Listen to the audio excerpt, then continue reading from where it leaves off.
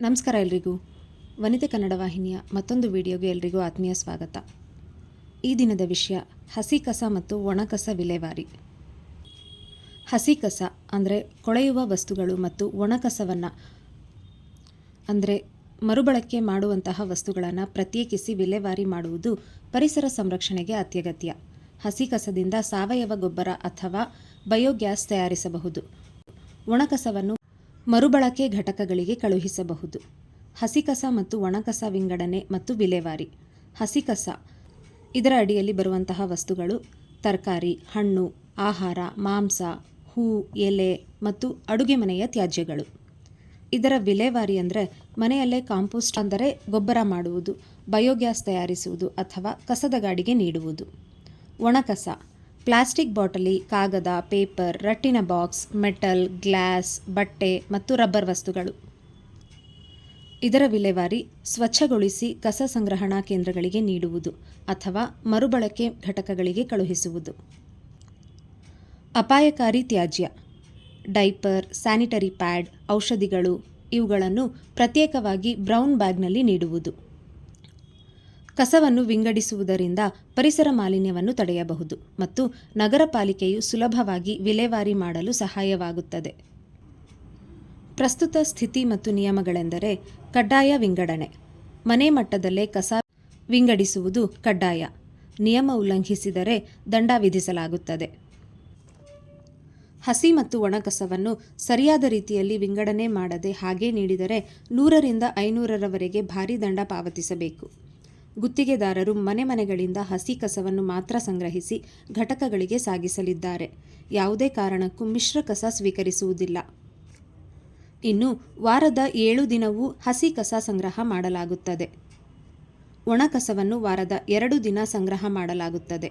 ತ್ಯಾಜ್ಯ ವಿಂಗಡಿಸಿ ಕೊಡದವರಿಗೆ ಮೊದಲ ಸಲದ ತಪ್ಪಿಗೆ ₹100, ಎರಡನೇ ಬಾರಿಗೆ ₹500 ದಂಡ ಹಾಕಲಾಗುವುದು. ಸ್ಯಾನಿಟರಿ ತ್ಯಾಜ್ಯವನ್ನು ಪ್ರತ್ಯೇಕಿಸಿ ನೀಡದಿದ್ದರೆ ಕ್ರಮವಾಗಿ ₹500 ಮತ್ತು ₹2000 ದಂಡ ವಿಧಿಸಲಾಗುವುದು. ಜನರು ಕಸವನ್ನು ವಿಂಗಡಿಸಿಕೊಟ್ಟರೂ ಮಿಶ್ರಣ ಮಾಡಿಕೊಂಡು ಸಾಗಿಸುವ ಗುತ್ತಿಗೆದಾರರಿಗೆ ₹5000 ದಂಡ ಹಾಕಲಾಗುತ್ತದೆ ಎಂದು ಎಚ್ಚರಿಕೆ ನೀಡಿದ್ದಾರೆ. ದಂಡ ವಿಧಿಸಲು ಅಗತ್ಯವಿರುವ ಮೊಬೈಲ್ ಮಾದರಿಯ ಯಂತ್ರ ಕಾರ್ಯನಿರ್ವಹಿಸಲಿದ್ದು, ನಿಯಮ ಉಲ್ಲಂಘಿಸುವವರ ಫೋಟೋ ತೆಗೆದು ಸ್ಥಳದಲ್ಲೇ ದಂಡ ವಿಧಿಸಲಾಗುತ್ತಿದೆ. GPS ವ್ಯವಸ್ಥೆ ಹೊಂದಿರುವ ಈ ಯಂತ್ರಗಳಿಂದ ಯಾವ ಪ್ರದೇಶದಲ್ಲಿ ಎಷ್ಟು ದಂಡ ಹಾಕಲಾಗಿದೆ ಎಂಬ ಮಾಹಿತಿಯನ್ನು ಕೇಂದ್ರ ಕಚೇರಿಯಲ್ಲೇ ವೀಕ್ಷಿಸಬಹುದಾಗಿದೆ. ಒಣ ಮತ್ತು ಹಸಿ ತ್ಯಾಜ್ಯವನ್ನು ಪ್ರತ್ಯೇಕವಾಗಿ ಏಕೆ ಸಂಗ್ರಹಿಸಬೇಕು? ಪರಿಣಾಮಕಾರಿ ತ್ಯಾಜ್ಯ ನಿರ್ವಹಣೆಗೆ ತ್ಯಾಜ್ಯವನ್ನು ಒಣ ಮತ್ತು ಆರ್ದ್ರ ವರ್ಗಗಳಾಗಿ ವಿಂಗಡಿಸುವುದು ಅತ್ಯಗತ್ಯ ಅಭ್ಯಾಸವಾಗಿದೆ.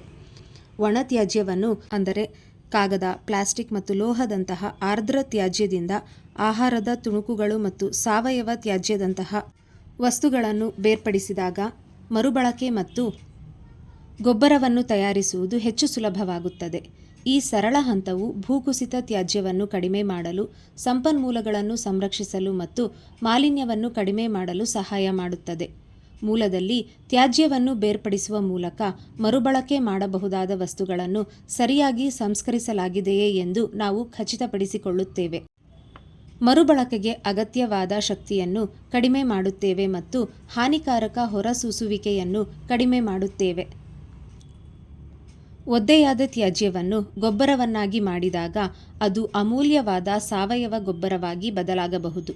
ಇದು ಮಣ್ಣಿನ ಆರೋಗ್ಯ ಮತ್ತು ಕೃಷಿಗೆ ಪ್ರಯೋಜನವನ್ನು ನೀಡುತ್ತದೆ.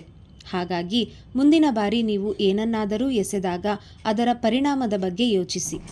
ತ್ಯಾಜ್ಯವನ್ನು ಬೇರ್ಪಡಿಸುವುದು ಕೇವಲ ಪರಿಸರ ಪ್ರಜ್ಞೆಯ ಆಯ್ಕೆಯಲ್ಲ, ಬದಲಾಗಿ ಸ್ವಚ್ಛ, ಹಸಿರು ಜಗತ್ತಿಗೆ ಕೊಡುಗೆ ನೀಡುವ ಚಿಕ್ಕದಾದರೂ ಶಕ್ತಿಯುತ ಮಾರ್ಗವಾಗಿದೆ. ಮನೆಗಳಲ್ಲಿ ಕಸ ವಿಂಗಡಣೆ. ಒಣತ್ಯಾಜ್ಯ ಮತ್ತು ಹಸಿ ತ್ಯಾಜ್ಯವನ್ನು ಮನೆಯಿಂದಲೇ ಬೇರ್ಪಡಿಸಬಹುದು. ಈ ಅಭ್ಯಾಸವು ಪುರಸಭೆಯ ಅಧಿಕಾರಿಗಳ ತ್ಯಾಜ್ಯವನ್ನು ಬೇರ್ಪಡಿಸುವ ಹೊರೆಯನ್ನು ಕಡಿಮೆ ಮಾಡುತ್ತದೆ. ಇದನ್ನು ಪ್ರಾರಂಭಿಸಲು ಸ್ವಲ್ಪ ಅರಿವು ಮತ್ತು ಈ ನಿಟ್ಟಿನಲ್ಲಿ ಕಾರ್ಯನಿರ್ವಹಿಸುವ ಬಯಕೆ ಮಾತ್ರ ಬೇಕಾಗುತ್ತದೆ. ಮನೆಯಲ್ಲಿ ತ್ಯಾಜ್ಯವನ್ನು ವಿಂಗಡಿಸುವ ಮೊದಲು ನಾವು ಈ ಕೆಳಗಿನ ವಿಷಯಗಳನ್ನು ಮನಸ್ಸಿನಲ್ಲಿಟ್ಟುಕೊಳ್ಳಬೇಕು. ಒಣ ಮತ್ತು ಹಸಿ ತ್ಯಾಜ್ಯಕ್ಕಾಗಿ 2 ಪ್ರತ್ಯೇಕ ಕಸದ ಬುಟ್ಟಿಗಳನ್ನು ಇರಿಸಬೇಕು. ಅಡುಗೆ ಮನೆಯ ತ್ಯಾಜ್ಯವನ್ನು ಕಸದ ಬುಟ್ಟಿಗೆ ಎಸೆಯುವ ಮೊದಲು ಅದರ ಮೇಲಿರುವ ಯಾವುದೇ ಹೊದಿಕೆಯನ್ನು ತೆಗೆದುಹಾಕಬೇಕು. ಹಸಿ ತ್ಯಾಜ್ಯವನ್ನು ಒಣ ತ್ಯಾಜ್ಯದೊಂದಿಗೆ ಬೆರೆಸಬಾರದು. ಅಡುಗೆ ಮನೆಯಿಂದ ತಂದ ಪ್ಲಾಸ್ಟಿಕ್ ಅನ್ನು ಒಣಗಿಸಿ ಮತ್ತು ಒಣ ಬಿನ್ನಲ್ಲಿ ಬೇರ್ಪಡಿಸಬೇಕು. ಒಣ ಕಸವನ್ನು ಒಣ ತೊಟ್ಟಿಯಲ್ಲಿ ಎಸೆಯುವ ಮೊದಲು ಅದರಲ್ಲಿ ಯಾವುದೇ ಆಹಾರ ಪದಾರ್ಥಗಳಿಲ್ಲದೆ ಚೆನ್ನಾಗಿ ತೊಳೆದು ಇರಿಸಬೇಕು. ನೈರ್ಮಲ್ಯ ತ್ಯಾಜ್ಯವನ್ನು ಪ್ರತ್ಯೇಕ ಕಾಗದದ ಚೀಲದಲ್ಲಿ ಎಸೆಯಬೇಕು. ವ್ಯಕ್ತಿ ಮತ್ತು ಸಮುದಾಯ ಮಟ್ಟದಲ್ಲಿ ಪ್ರತ್ಯೇಕತೆ. ತ್ಯಾಜ್ಯವನ್ನು ಪ್ರತ್ಯೇಕ ಮಟ್ಟದಲ್ಲಿ ವಿಂಗಡಣೆ ಮಾಡಬಹುದು. ಉದಾಹರಣೆಗೆ, ನಿಮ್ಮ ಮನೆಯಲ್ಲಿರುವ ಇತರ ಕಸದಿಂದ ಮರುಬಳಕೆ ಮಾಡಬಹುದಾದ ವಸ್ತುಗಳನ್ನು ಬೇರ್ಪಡಿಸುವುದು ಅಥವಾ ಸಮುದಾಯ ಮಟ್ಟದಲ್ಲಿ ವಿವಿಧ ರೀತಿಯ ತ್ಯಾಜ್ಯವನ್ನು ಕರ್ಬ್ನಲ್ಲಿ ಸಂಗ್ರಹಿಸುವ ಕಾರ್ಯಕ್ರಮಗಳ ಮೂಲಕ ಮಾಡಬಹುದು. ಅನೇಕ ನಗರಗಳು ಮತ್ತು ಪಟ್ಟಣಗಳು ಮರುಬಳಕೆ ಮತ್ತು ಮಿಶ್ರ ಗೊಬ್ಬರಕ್ಕಾಗಿ ಕರ್ಬ್ ಸೈಡ್ ಪಿಕಪ್ ಕಾರ್ಯಕ್ರಮಗಳನ್ನು ಹೊಂದಿವೆ ಮತ್ತು ನಿವಾಸಿಗಳಿಗೆ ಸಾಮಾನ್ಯವಾಗಿ ವಿವಿಧ ರೀತಿಯ ತ್ಯಾಜ್ಯಕ್ಕಾಗಿ ಪ್ರತ್ಯೇಕ ಬಿನ್ಗಳನ್ನು ಒದಗಿಸಲಾಗುತ್ತದೆ. ಒಟ್ಟಾರೆಯಾಗಿ, ತ್ಯಾಜ್ಯವನ್ನು ಬೇರ್ಪಡಿಸುವುದು ಹೆಚ್ಚು ಸುಸ್ಥಿರ ಪರಿಸರವನ್ನು ಉತ್ತೇಜಿಸುವಲ್ಲಿ ಮತ್ತು ನಮ್ಮ ಗ್ರಹದ ಮೇಲೆ ತ್ಯಾಜ್ಯದ ಪರಿಣಾಮವನ್ನು ಕಡಿಮೆ ಮಾಡುವಲ್ಲಿ ಒಂದು ಪ್ರಮುಖ ಹೆಜ್ಜೆಯಾಗಿದೆ. ಹಸಿ ತ್ಯಾಜ್ಯ ಮತ್ತು ಒಣ ತ್ಯಾಜ್ಯವನ್ನು ಬೇರ್ಪಡಿಸುವುದು ಪ್ರತಿಯೊಬ್ಬ ವ್ಯಕ್ತಿಗೂ ಅವಶ್ಯಕ, ಏಕೆಂದರೆ ಅವು ನಮ್ಮ ಪರಿಸರ ಮಾಲಿನ್ಯ ಮುಕ್ತವಾಗಿಡಲು ಮತ್ತು ಪರಿಸರವನ್ನು ಆರೋಗ್ಯಕರವಾಗಿಡಲು ಸಹಾಯ ಮಾಡುತ್ತದೆ.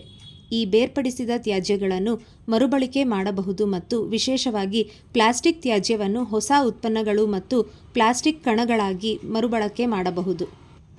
ಈಗ ಇಂದಿನ ಕಿವಿಮಾತು. ಭಿಕ್ಷೆ ಬೇಡಿ ಮನೆ ಮಠ ಇಲ್ಲದಿದ್ದರೂ ಬದುಕುತ್ತಾರೆ. ಎಲ್ಲ ಇದ್ದು ಮನಃಶಾಂತಿ ಇಲ್ಲವೆಂದು ಜೀವ ತ್ಯಜಿಸುತ್ತಾರೆ.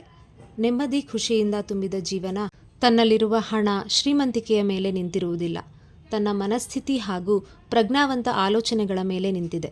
ಧನ್ಯವಾದ.